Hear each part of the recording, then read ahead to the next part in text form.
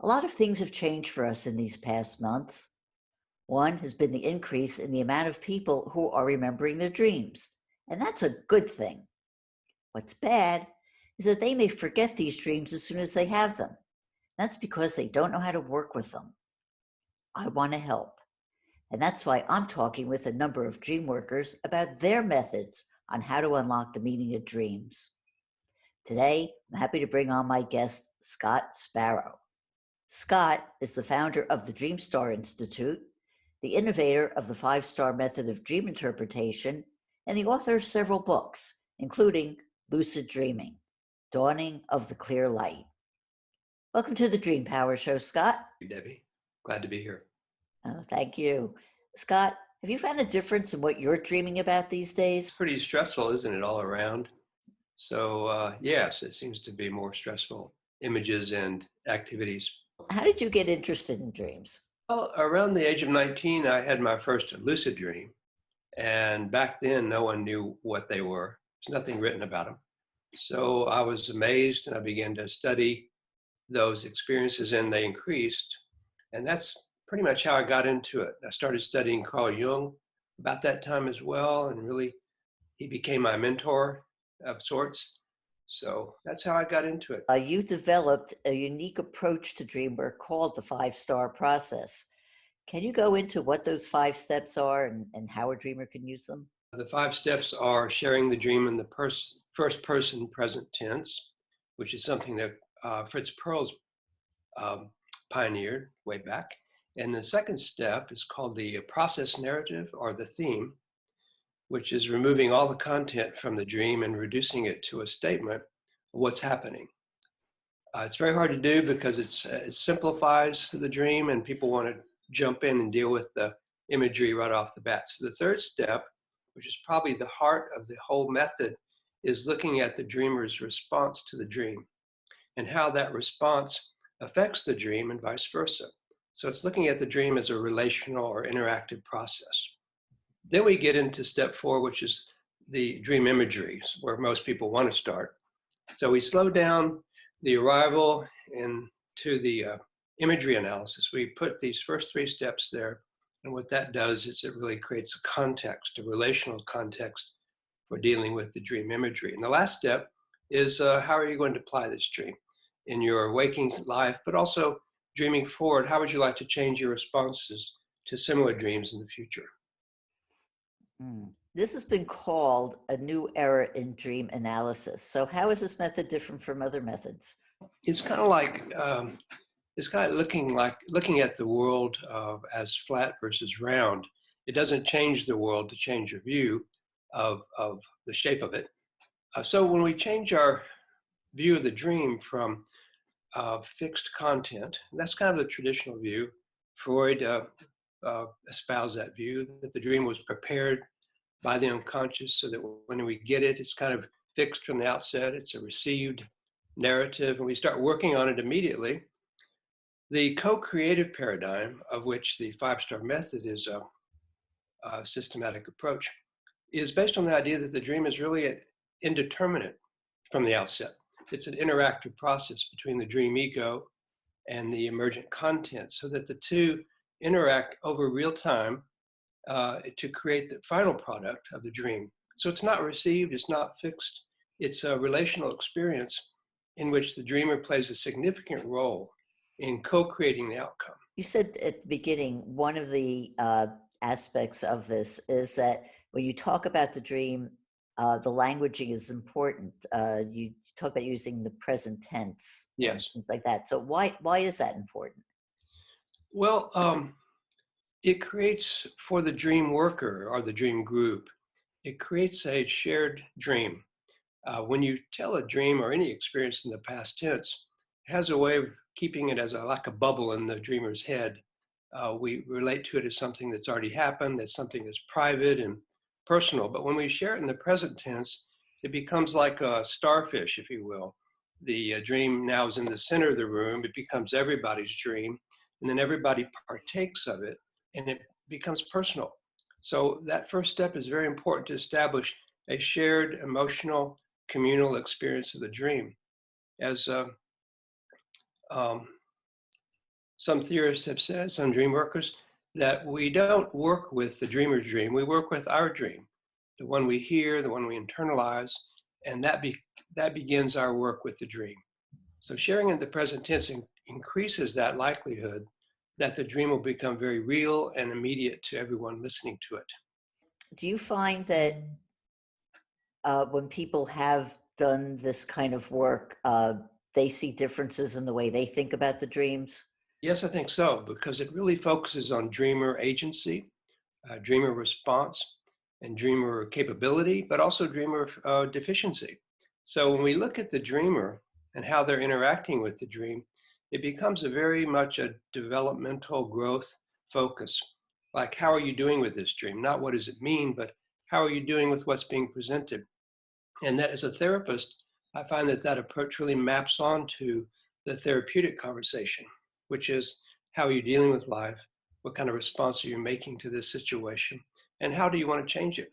So the dream work, the co-created dream work, maps onto the therapeutic process very beautifully versus the traditional approach, which tends to put the dream and in focus without regards to what the dreamer is doing in the dream. Can you just elaborate on that? Because I'm not entirely clear on that difference. Okay. Um, so when a person has a dream, typically they ask questions like, what does this image mean? What does this symbol mean? What is this dream telling me to do or telling me about my life? The co-creative process tends to look at what are you doing in relationship to the dream? How did you do? Where did you assume something that may have not been useful, that created a kind of a bad relational outcome? So we look at what the dreamer's doing. We don't overlook that by focusing too much on the content. I see. Um, and how do you view emotions in terms of this process, or is the emotional aspect a factor? Very important. First thing we look at is in the dream sharing, the first person present tense sharing, we're looking at the emotional environment of the dream, and as well as most importantly, what is the dissonance? Most dreams involve some degree of emotional dissonance. So the dreamer starts off on her bicycle, traveling through a dark neighborhood at night, trying to get home. So there is this tension in most dreams, some degree of tension. And so we can define what those two aspects are, usually emotionally, like wanting to get secure versus feeling threatened by being vulnerable and exposed, right? So looking at that emotional climate sets the stage for effective dream work.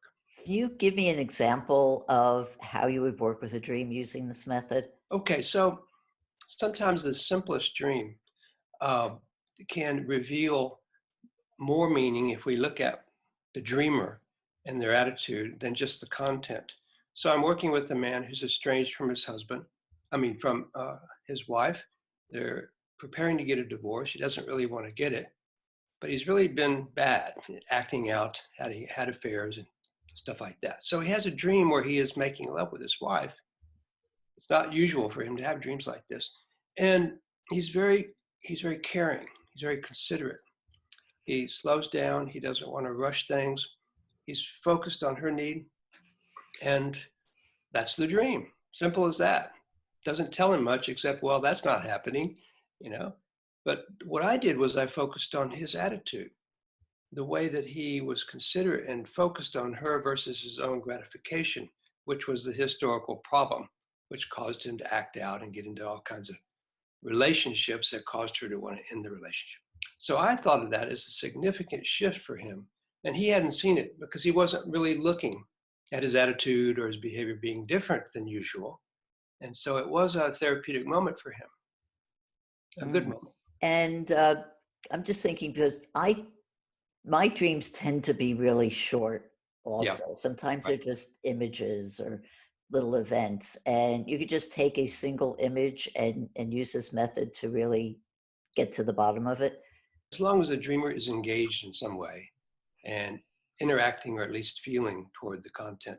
Can I share another dream with you? That was Sure. really, I had a client many years ago who was seriously depressed, had tried to commit suicide twice. She'd been terribly abused in her life. So in the dream, she's returning home from a long trip, hasn't been home for a long time, and to visit her family, who had been terrible to her in her early life. She arrives at a picnic, and there's nobody there to greet her. There's no food left. There's just a platter on the table with a dead, well, the bones of a fish. All the meat is gone. Everybody's eaten. Left nothing for her. So you can really feel that, right? Uh, for some reason, this very depressed, suicidal woman in the dream takes the tray. She walks down to this pond that's nearby and she lays the tray in the water. And as she does, the fish comes to life, shimmers, colors, and the fish swims away. Now, this was at the very beginning of a multi-year relationship, and I was just blown away. I said, how did you do that? Look what you did. Now, the focus on the dreamer, her response, was not something she expected. But from my approach, that was the pivotal issue in the dream. I mean, the fish being transformed is wonderful, but it only happened, from my perspective, because she found within herself the capacity to take that fish to the water again. So for years, literally, I worked with her for years before she did recover. But for years, we would go back to that dream and I would say, Barbara, how did you do that? It's amazing what you're able to do. Don't forget that. And she never did.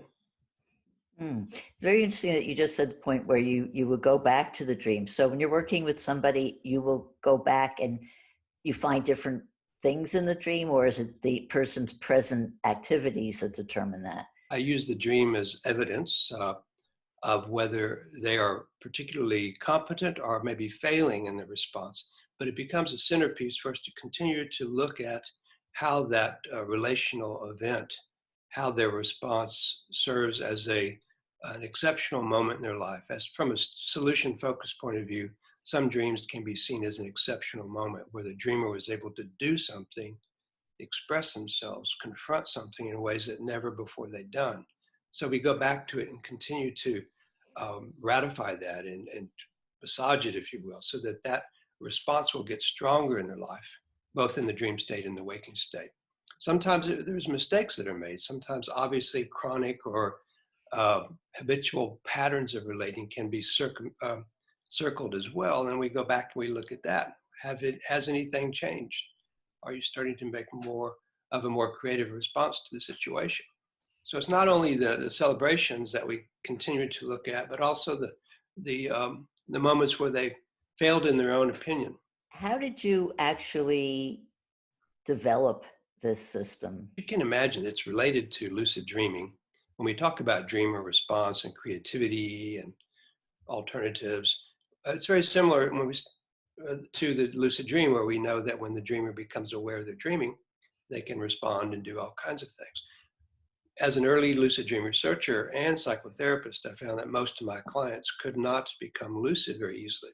So the whole idea of, let's use the lucid dream as a platform just fell flat, because most of them would just look at me blankly and say, well, how the heck am I going to get there from here? So I began to look at normal dreams and found that most dreamers in every dream have some degree of reflectiveness, choice, responsiveness, and they overlook that.